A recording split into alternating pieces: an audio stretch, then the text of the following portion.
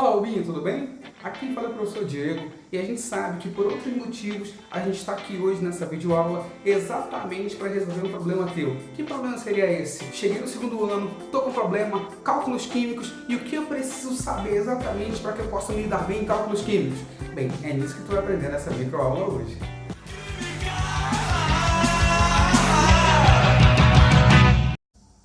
Bem, bobinho, de novo, eu te disse agora há pouco que a gente está com um problema para resolver: grandezas químicas. Quais são as principais grandezas químicas para que eu possa sair desse primeiro tópico do segundo ano, desse primeiro tópico que relaciona matemática e química com os problemas que vêm a seguir com o cálculo estequiométrico?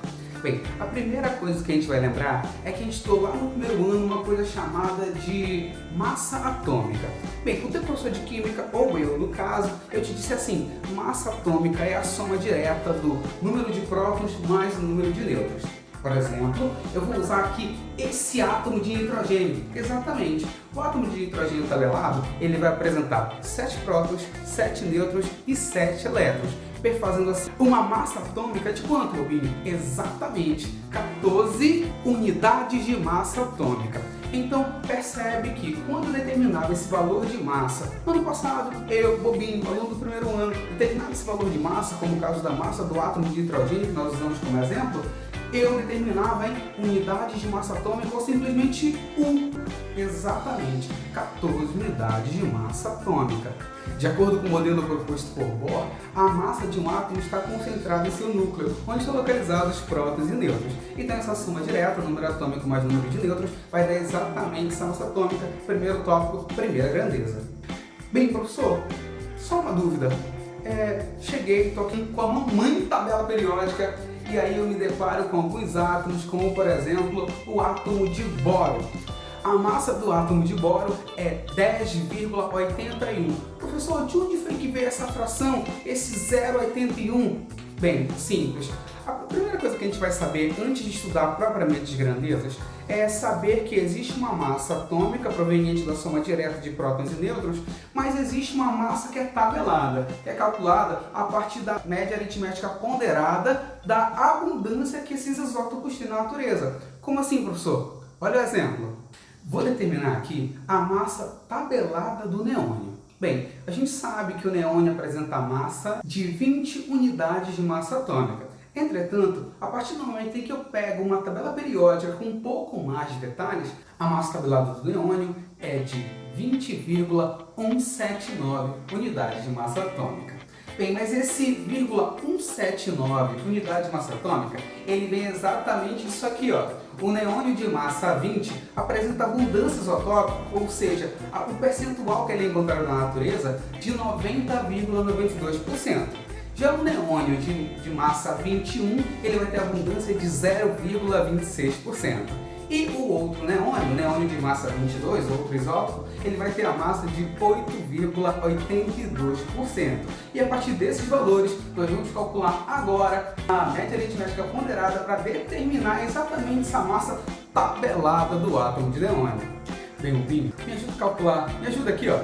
Tá vendo esse 20 que aparece aqui? Exatamente, é a massa do primeiro neônio. E 90,92 é a sua abundância na natureza. De novo, mais 21, massa do segundo neônio, e 0,26 a sua abundância na natureza. Mais, olha agora, 22 vezes 8,82. Exatamente, massa do neônio e o terceiro isótopo, a abundância desse, todas divididas por 100. Rubinho, agora me ajuda, pega a tua calculadora, faz esse cálculo agora e me diz quanto é a resposta. Exatamente! A massa foi aquele valor que eu falei previamente. A massa atômica do neônio tabelada é de 20,179 U ou 20,179 unidades de massa atômica. Bem, Rubinho, o segundo tópico da nossa aula vai envolver a importância do número de Avogadro. Exatamente. Para que serve esse número e qual a importância dele nos nossos cálculos químicos? Exatamente. Imagina só a situação. Tu vai numa lanchonete, pede um suco de maracujá, por exemplo, e claro, pela quantidade de ácido cítrico contido nesse suco, ele tem um sabor azedo característico. E aí, tu faz o seguinte: garçom, esse suco tá um pouco azedo. Traz pra mim aí algo em torno de 150 sextilhões 68 quinquilhões, 549 quadrilhões de moléculas de glicose superior a adoçar esse suco. Já imaginou a confusão? Já imaginou a confusão na cabeça do garçom? Exatamente. Quando a gente vai comprar qualquer coisa no mercado, alguma coisa industrializada, embalada, que a gente vai aferir visualmente o valor da massa que está ali escrito, a gente vê essa massa em quê? Miligrama, grama, quilograma. Entretanto, a massa de um átomo, eu acabei de falar na última etapa da nossa aula, é medida em que? Unidade de massa atômica, ou simplesmente U. Verifique então que há uma inconsistência desses valores, ou pelo menos dessas unidades. Sendo assim, faz o seguinte teste comigo. Imagina só que eu pego um átomo de ferro, exatamente, um átomo de ferro e coloco dentro dessa balança. Que massa que ela vai acusar? Ei, imagina que essa balança é mega, ultra, hipersensível. Bem, partindo desse princípio, átomo de ferro, ela vai acusar 56 unidades de massa atômica. Ainda não resolvi o problema. Continuando. Se eu colocar 2, 3, 4, 5, coloco átomo, coloco átomo, coloco átomo, coloco átomo, coloco átomo, coloco átomo, se eu continuar colocando átomo, vai chegar um momento em que eu vou colocar uma quantidade tão absurda, mas tão absurda, que essa balança vai acusar os mesmos 56. Só que 56 gramas. Que quantidade foi essa? Que quantidade de átomos que eu coloquei? Qual a quantidade de átomos de ferro que eu coloquei nessa balança aí? Para que eu saísse de 56 unidades de massa atômica e chegasse em 56 gramas. Essa quantidade, bobinho, essa quantidade é um valor notável da química. Essa quantidade é chamada de número ou constante de Avogadro. E ela vai ter um valor fixo de 602.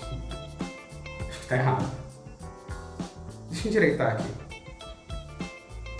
Exatamente. São 602 acompanhados de 21 zeros. Se eu ler esse número para ti agora, eu vou ler 602 sextilhões, seu bobinho. Exatamente. Esse valor é chamado de constante de Avogadro. E para que ele serviu? Bem, um átomo de ferro, 56 unidades de massa atômica. Essa quantidade de átomos de ferro, os mesmos 56. Só que 56 gramas. Esse número vem estabelecer, então, uma relação entre U, ou MA, unidade de massa atômica, e uma unidade em gramas. Eu saio do mundo atômico e chego no mundo real e passo a medir, a aferir os valores de massa exatamente na unidade que eu compreendo, que está dentro do meu mundo, que é a unidade em grama! É essa a importância da constante de Avogadro. E esse talvez fosse o maior objetivo do meu vídeo hoje. Ah, não é só isso, bobinho? Pera lá. Bem, bobinho, agora que eu já conheço a importância desse número e sei para que ele serve e o que foi fundamentado nesse número com as bases da química, é fundamental que eu aprenda a utilizá-lo.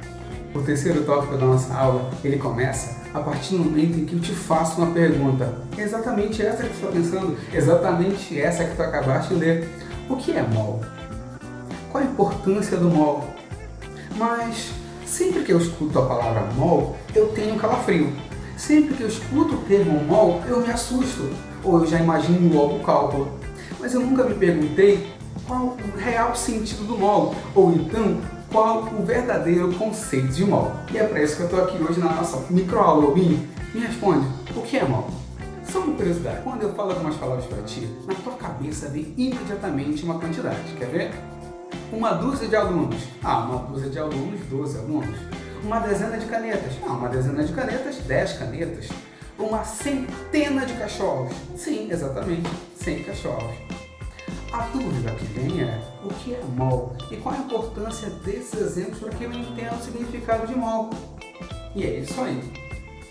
Dezena, 10. Dúzia, 12. Centena, 100. E mol? Simples, bobinho, simples. Tu não vai dissociar o conceito de mol daquele númerozão que eu acabei de falar, da constante de Avogadro. Dezena, 10. Dúzia, 12. Centena, 100. E mol, 6,02 vezes 10 elevado a 23. Pronto. Dezena, 10. Dúzia, 12. Centena, 100. E mol, 6,02 vezes 10 elevado a 23. Então fala comigo, bobinho. Fala comigo. Esse vídeo não é um vídeo da Dora Aventureira, mas fala comigo. Dezena é o termo designado para definir 10 unidades. Dúzia é o termo designado para definir 12 unidades. E centena, poxa, Bobinho, repete comigo, fala aí, eu sei que tu quer falar. É o termo designado para definir 100 unidades. Se dezena 10, dúzia 12, centena 100, o que vem ser mol? 6,02 vezes 10 elevado a 23. Então, fala comigo, tu já sabe o que é o conceito de mol. Mol é o termo designado para definir 6,02 vezes 10 elevado a 23 unidades atômicas. Professor, sou Rubinho. Eu posso dizer então que, juntando o cabelo de todo mundo, nós temos um mol de cabelo? Nós temos 6,02 vezes 10 elevado a 23 fios de cabelo? Eu tenho um mol de cabelo? Matematicamente sim, amigo. Matematicamente o termo mol ele significa uma quantidade. Mas na prática, quando eu falo de ciência, na sua realidade, eu não posso usar esse número exatamente para qualquer coisa. Um mol de próton, ok. Um mol de elétron, ok. Um mol de fórmulas, ok. Mas um mol de cabelo, um mol de cadeiras, um mol de casas, não convém. Errado não está. Entretanto, não convém. É por isso que o conceito de mol ainda vai ter mais duas palavrinhas além das unidades do que eu te falei. É o termo designado para definir 6,02 vezes 10 elevado a 23 unidades atômicas.